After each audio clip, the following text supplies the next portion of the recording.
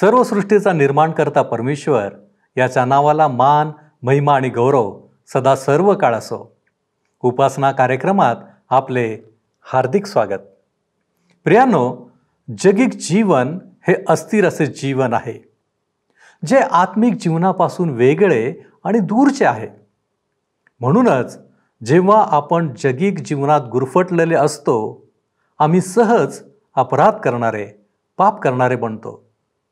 परंतु त्याच वेळी ही देखील वास्तविकता आहे की आम्ही देवाचे विरोधक बनतो, त्याचे आज्ञापालन न करणारे होतो. असे असले तरी परमेश्वर आमचा नाश करून आमचे जीवन उद्ध्वस्त करीत नाही, कारण तो प्रेमळ देव आहे. त्याची इच्छा आहे की आमचे आणि त्याचे तुटलेले नाते पुन्हा एकदा प्रस्थापित व्हावे, आणि तो आमच्या जीवनात कार्य करतो, आम्हाला आमच्या सर्व संकटातून सोडवतो. आज आपण नेमके हेच आजच्या अध्ययनातून पाहणार आहोत. आतापर्यंत दाविदाने क्लेश, त्रास, संकटे यांचा अनुभव घेतला होता. आता परमेश्वर दाविदाला सर्व संकटातून बाहेर काढतो, त्याला वाचवतो. तर मग चला प्रियांनो, आपण आपल्या अध्ययनाची सुरुवात करूया. श्रोत्यांनो, आज आम्ही शमूएलाचे दुसरे पुस्तक ह्याच्या 21व्या अध्यायाला सुरुवात करीत आहोत. इस्रायलमध्ये दुष्काळ ह्याद्वारे 21व्या अध्यायाची सुरुवात होते. 21वा अध्याय आणि पहिलं वचन आम्हाला सांगतं, दाविदाच्या कारकिर्दीत लागोपाठ 3 वर्षे दुष्काळ पडला. तेव्हा दाविदाने परमेश्वरासमोर जाऊन प्रश्न केला. परमेश्वराने उत्तर दिले, शॉल व त्याचे खुनी घराणे यांच्यामुळे हा दुष्काळ पडला आहे, कारण त्याने गिबोनी लोकांचा संहार केला.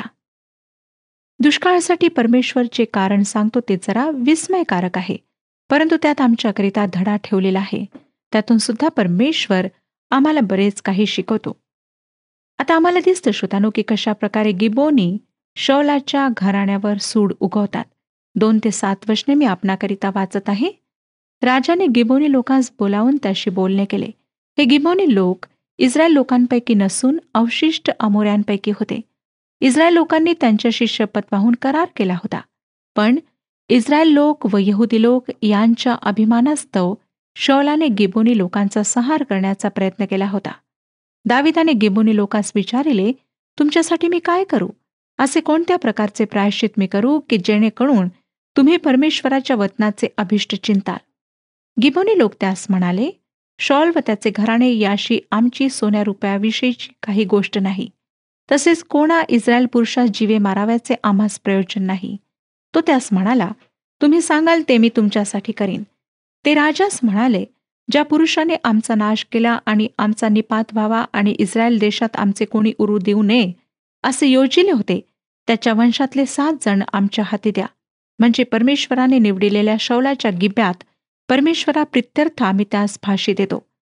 दावीद व शौलाचा पुत्र योनाथान यांची परमेश्वराच्या नावाने आणभाग झाली होती, म्हणून शौलाचा नातू योनाथानाचा पुत्र मफीबोशेत याची राजाने गय केली. श्रोत्यांनो, पवित्र वचनाचा हा फार वैशिष्ट्यपूर्ण असा भाग आहे. ह्याला समजण्याकरिता आम्हाला यहोशवाच्या दिवसांमध्ये वापस जावे लागेल. गिबोन्यांनी यहोशवाला फसवले आणि यहोशवाने त्यांच्यासोबत करार बांधला होता. यहोशवाचे पुस्तक 9 अध्याय 14 आणि 15 वचने त्याविषयी आम्हाला सांगतात. परमेश्वराने इस्रायलांना सांगितले होते की त्यांनी कोणाशीच कुठल्याही प्रकारे करार करू नये. करार त्या दिवसामध्ये पवित्र मानल्या जात असे. कदाचित त्याला आज लोक असभ्य समजतील. जेव्हा करार केला जात असे तेव्हा तो पाळला जात असे. करार मोडण्याकरिता केला जात नसत.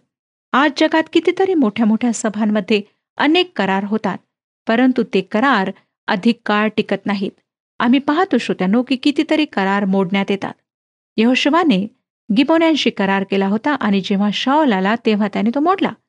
दाविदाने शौलाच्या कृत्यांमुळे त्याच्यामध्ये सुधार करण्याचा प्रयत्न केला आणि शेवटी त्याने तो केला. परंतु नाण्याची दुसरी बाजू फार मनोवेधक आहे. परमेश्वर विसरला नाही की शौल जो इस्रायलचे प्रतिनिधित्व करीत होता त्याने गिबोन्यांशी करार मोडला आहे, कारण इस्रायली लोक परमेश्वराचे लोक होते आणि असे करून ते पुढे जाऊ शकणार नव्हते. 3 वर्षाचा दुष्काळ न्यायाच्या रूपात त्यांच्यावर आलेला आहे.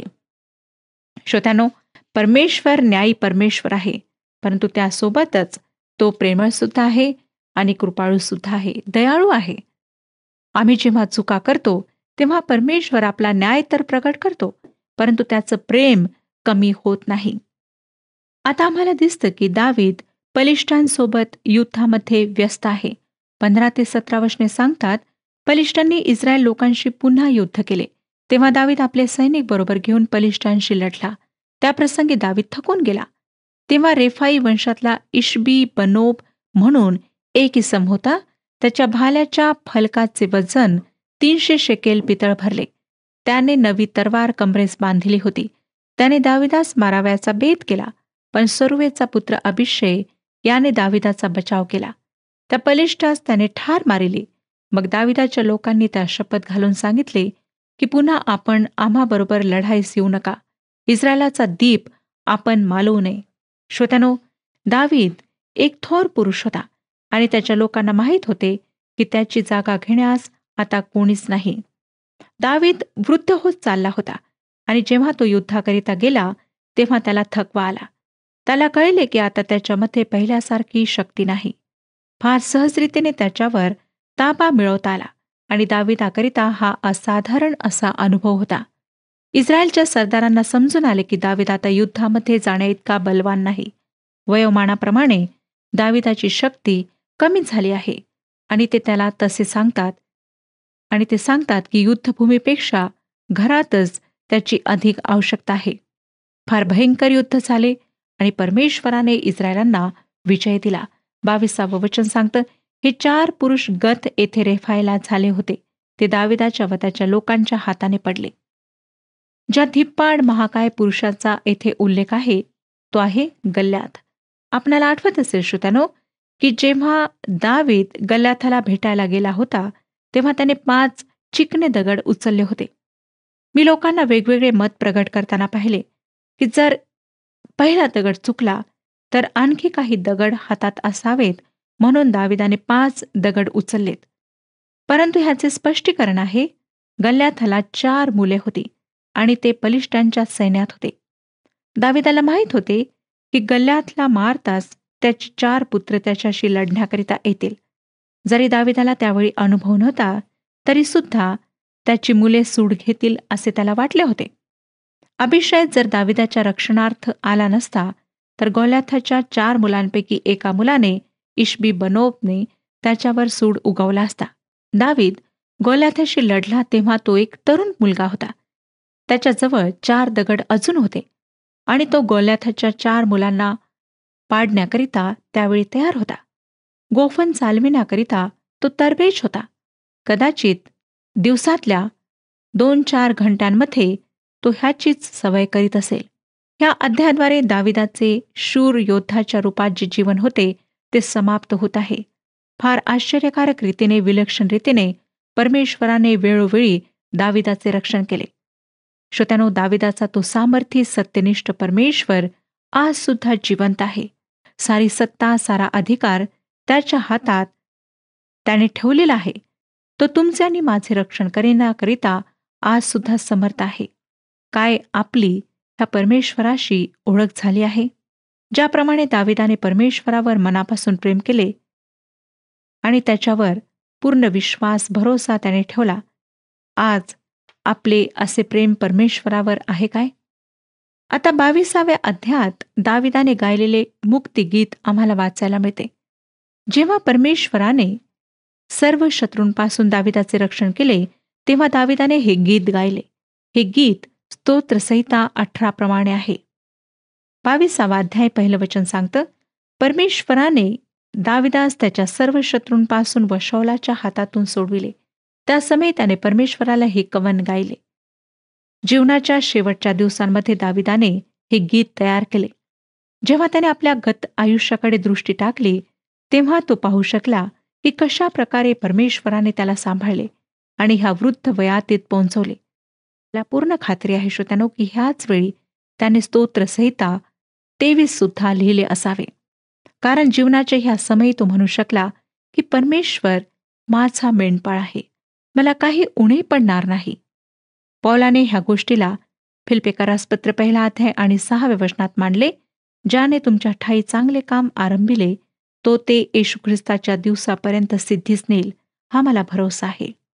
माझ्या प्रिय श्रोत्यानो, ह्या क्षणापर्यंत परमेश्वराने आम्हाला आणले आहे. मग आम्ही असा विचार का करावा की तो आम्हाला सोडून देईल?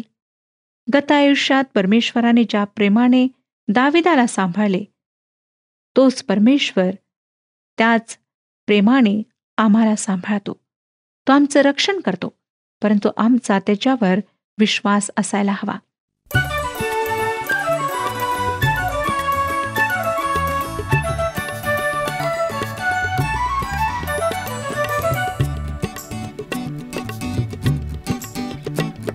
क्षणिक धनाची छाया, स्वप्नातील सृष्टी वाया, जाण रे, जाण रे, जाण रे. ही क्षणिक धनाची छाया, स्वप्नातील सृष्टी वाया, जाण रे, जाण रे, जाण रे.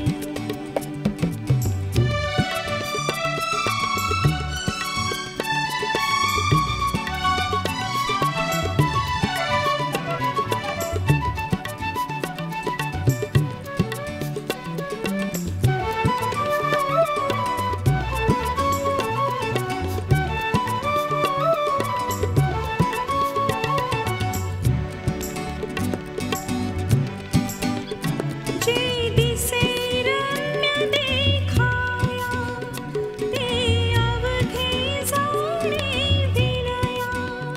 तव ज्ञान असो अज्ञान, दिसे मज जाण. प्रभु विणवाया, प्रभु विणवाया, वस्तू विण जैशी छाया, जाण रे. ही क्षणिक धनाची छाया, स्वप्नातील सृष्टी वाया, जाण रे, जाण रे, जाण रे.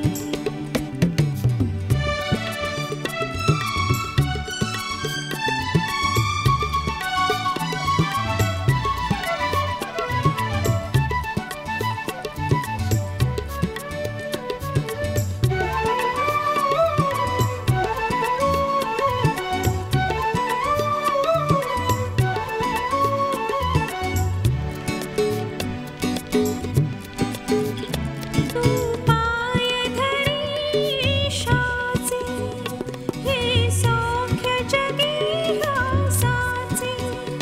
हे सौख्य खरे अविनाशी, हरी ना जासी. काल जग कोणी, काल जग कोणी, रम सदा प्रभुच्या चरणी. ऐक रे, ही क्षणिक धनाची छाया, स्वप्नातील सृष्टी. दुसरं आणि तिसरं वचन पहा. तो म्हणाला, परमेश्वर माझा दुर्ग, माझा गड, मला सोडविणारा माझाच होय. माझा देव, जो माझा दुर्ग, त्याचा आश्रय मी करीतो. तो माझे कवच, माझे तारणशृंग, माझे उंच बुरुज, माझे शरणस्थान आहे. माझ्या उद्धारकर्त्या घातापासून तू मला रक्षितोस. परमेश्वर माझा खडक, माझा दुर्ग आहे. खडक एक अशी जागा असते श्रोत्यानो, ज्यावर आम्ही विश्राम करू शकतो. परमेश्वर आमच्या तारणाचा खडक आहे. तो पायवा आहे. आम्ही त्यावर विसंबून राहू शकतो. तो आमचा बुरुज आहे आणि जीवनाच्या सुरक्षिततेकरिता तो नेहमीच तयार राहतो. तो आमचा सोडविणार आहे. तो आम्हाला परीक्षांच्या वेळी सोडवतो. तो आमच्या विश्वासाचा कर्ता आहे. तो आम्हाला संकटातून सोडवतो. आज आम्ही अशा युगात राहत आहोत, ज्यामध्ये लिहिण्याजोगे चांगले असे काहीच राहिलेले नाही. सर्व काही विस्कळीत आहे. संघर्ष सुरू आहेत. अशा वेळेला जेव्हा आम्ही परमेश्वरावर भाव ठेवून राहतो, तेव्हा तोच आमचे रक्षण करून आम्हाला चालवतो. नंतर 3 ते 36 वचने आपण वाचू शकता. दावीद एक निबरघट्ट आणि कसलेला असा पुरुष होता. त्याला राग सुद्धा लवकर येत असे, परंतु परमेश्वर कोमल आहे. दाविदाचे परमेश्वराविषयी असलेले प्रेम आणि त्याच्यासोबतची सहभागिता, त्यामुळे तो शांत स्वभावाचा झाला होता. ह्यामुळेच तो उदार हृदयाचा झाला होता. 36 वचन मी आपणाकरिता वाचत आहे. 22 अध्याय आणि 36 वचन सांगतं, तू मला आपले तारण रूप कवच दिले आहे. तुझ्या लीनतेमुळे मला थोरवी प्राप्त झाली आहे. श्रोत्यानो, तुम्हाला आणि मला परमेश्वराची संगती करायची आहे. ह्याच्या काळात आम्ही राहत आहोत. आम्हाला परमेश्वरासोबत सहभागिता करण्याची नितांत आवश्यकता आहे. हे जे स्तोत्र दाविदाने लिहिले ते फार उत्तम स्तोत्र आहे. दाविदाची सर्व स्तोत्रे उत्तम आहेत.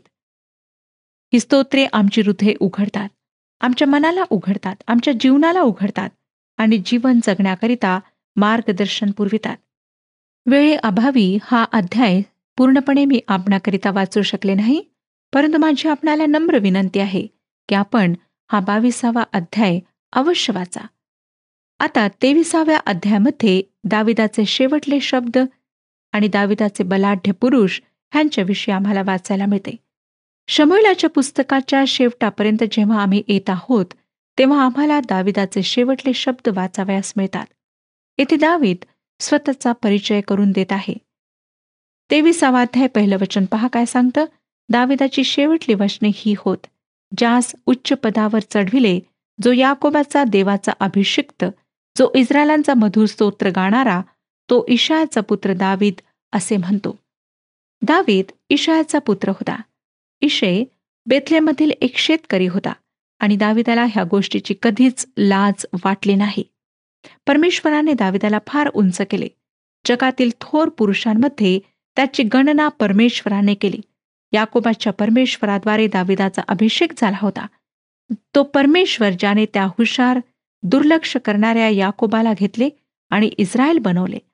परमेश्वरासोबतचा राजकुमार तोच परमेश्वर आहे, ज्याने दावीद जो मेंढरे राखणारा होता त्याला राजसिंहासनावर बसविले. आणि तोच परमेश्वर आहे ज्याने तुम्हाला आणि मला वाचविले. तो कृपाळू, दयाळू आणि चांगला आहे. खरंच माझ्या श्रोत्यानो, आमचा परमेश्वर फार विलक्षण आहे. दावीद इस्रायलचा एक अतिशय अर्थपूर्ण आणि मधुर असा स्तोत्रकार होता. तो एक महान असा संगीतकार होता. त्याने संगीत लिहिले, त्याने संगीत वाजवले आणि त्याने संगीत ऐकवले. श्रोत्यानो, मला संगीताची फार आवड आहे, पण मला कोणतेच वाद्य वाजवता येत नाही, फक्त गाता येते. चांगल्या संगीताची मी प्रशंसक आहे, पण आजच्या आधुनिक युगातले रॉक संगीत, पॉप संगीत मला मात्र सहन होत नाही. परंतु प्रत्येकाची आवड वेगवेगळी असते. 23 अध्याय 2 वचन सांगतं, परमेश्वराचा आत्मा माझ्याद्वारे म्हणाला, त्याचे वचन माझ्या जिभेवर आले. परमेश्वराचा आत्मा दाविदावर आला आणि त्याने इतकी सुंदर स्तोत्रे लिहिलीत. पेत्र आम्हाला सांगतो की ह्याच प्रकारे जुन्या कराराच्या लेखकांनी जुना करार लिहिला. पेत्राचे दुसरे पत्र 1 अध्याय 20 आणि 21 वचने आपण ह्याविषयी वाचू शकता. तो म्हणतो, प्रथम हे ध्यानात ठेवा की शास्त्रातील कोणत्याही संदेशाचा उलगडा कोणाला स्वतःच्या कल्पनेने होत नाही, कारण संदेश मनुष्याच्या इच्छेने कधी आलेला नाही, तर पवित्र आत्म्याने प्रेरित झालेल्या मनुष्यांनी देवापासून आलेला संदेश सांगितला आहे.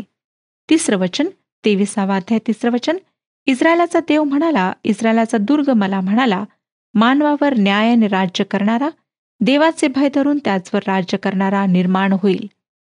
अर्थातच आमच्या नेत्यांतर्फे जे निर्णय आज घेतले जातात ते परमेश्वराचे भय मानून घेतल्या जात नाहीत. मतदान करणाऱ्यांचे भय बाळगून ते घेतले जातात. कारण जर योग्य निर्णय घेतला नाही तर लोक मत देणार नाहीत, लोक बंड करतील, सत्याग्रह करतील, मोर्चे काढतील, ही भीती नेत्यांना असते. पुढे 4 वचन पहा काय सांगतं, सूर्योदयच्या प्रभातेसारखा तो उदय पावेल, निरभ्र प्रभातेसारखा तो असेल. पर्जन्यवृष्टीनंतर सूर्यप्रकाशाने जमिनीतून हिरवळ उगवते तसा तो उगवेल.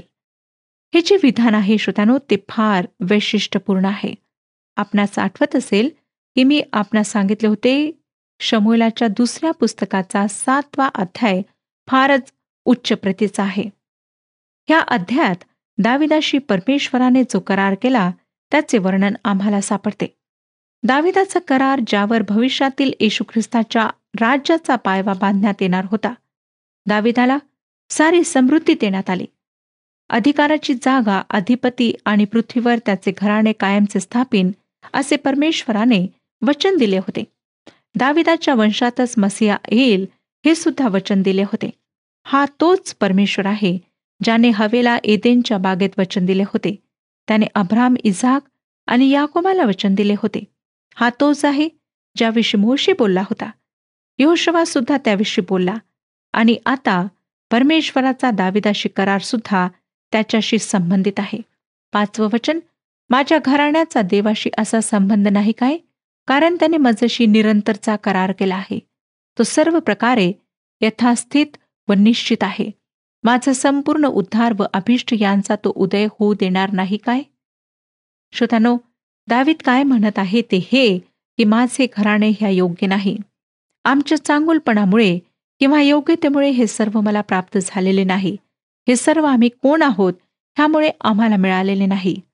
जर दाविदाला त्याच्या योग्यतेमुळे सर्व काही प्राप्त झाले असते तर परमेश्वराने त्याच्याशी कधीच करार केला नसता. आणि जर योग्यतेवर आमचे तारण अवलंबून असते श्रोत्यानो, तर परमेश्वराने आम्हाला कधीच सोडवले नसते, आमचे तारण केले नसते. आणि तरीसुद्धा परमेश्वराने दाविदाशी नेहमीकरिता करार केला. परमेश्वराने आमच्याशी सुद्धा करार केला, जो योहान शुभवर्तमान 3 अध्याय आणि 16व्या वचनात आम्ही वाचू शकतो. परमेश्वराने हा करार केला आहे. हा करार करण्याकरिता त्याला कोणी सांगितले नाही. त्याने हा करार आम्ही कोण आहोत, कसे आहोत हे पाहून केला नाही.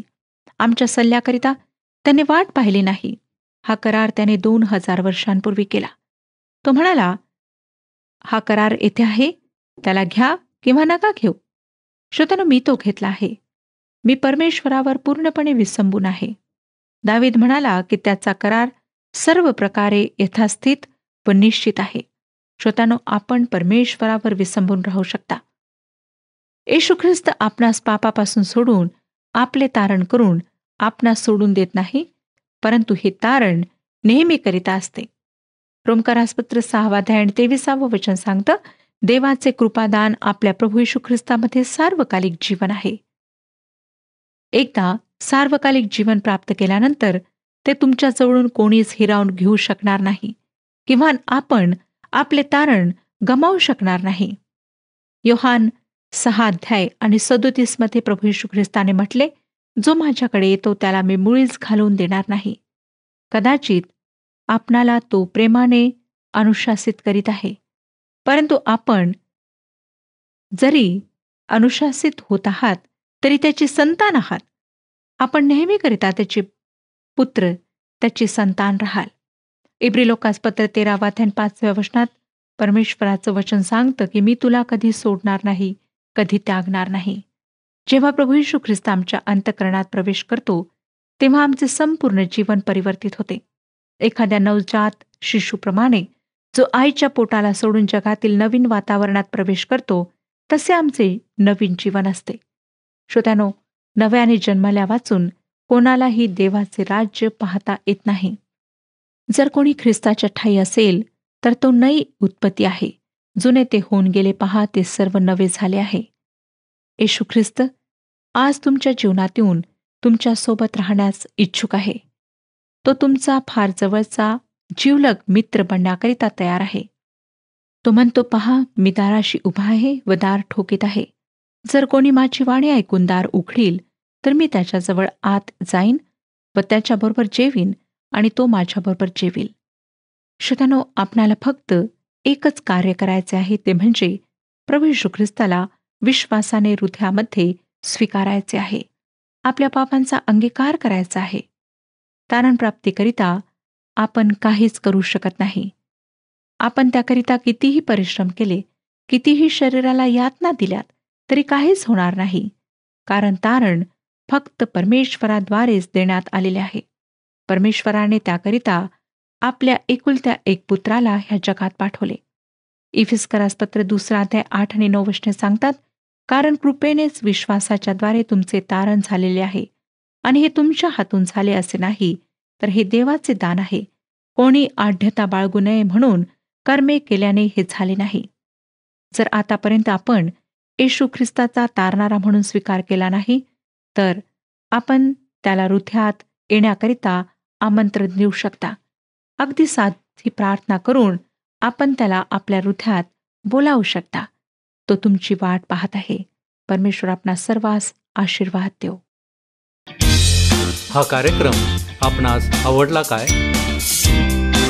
आता आम्हाला एक मिस कॉल करा आणि आपण पुढील विजेता होऊ शकता.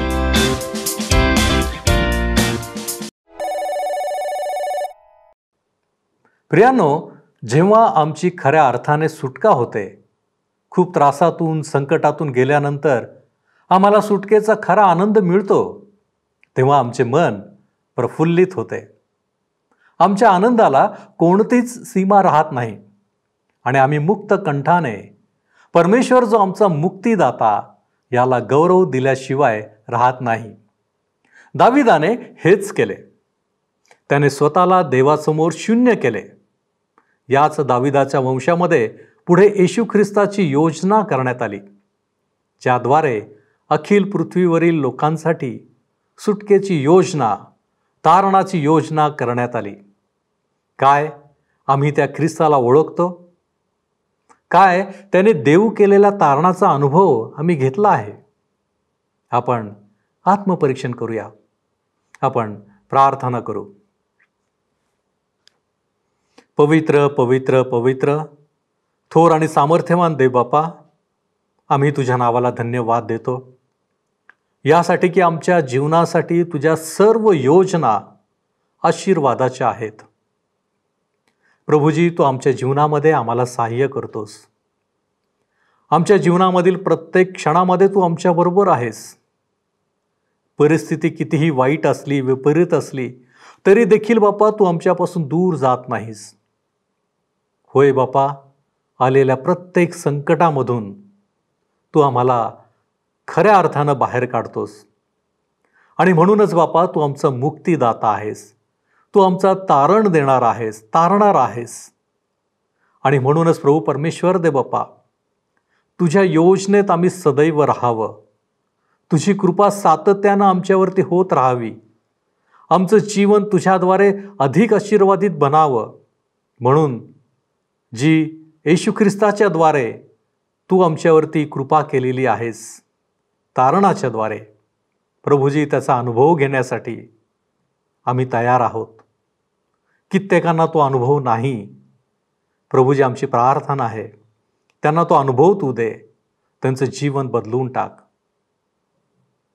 तारणारा प्रभू येशू ख्रिस्त याच्या गोड आणि गौरवी नावात ही प्रार्थना करतो, म्हणून तो ऐक. आमेन. आपला प्रभू व तारणारा येशू ख्रिस्त याच्या कृपेत व ज्ञानात वाढत जा. प्रभू तुम्हासह असो.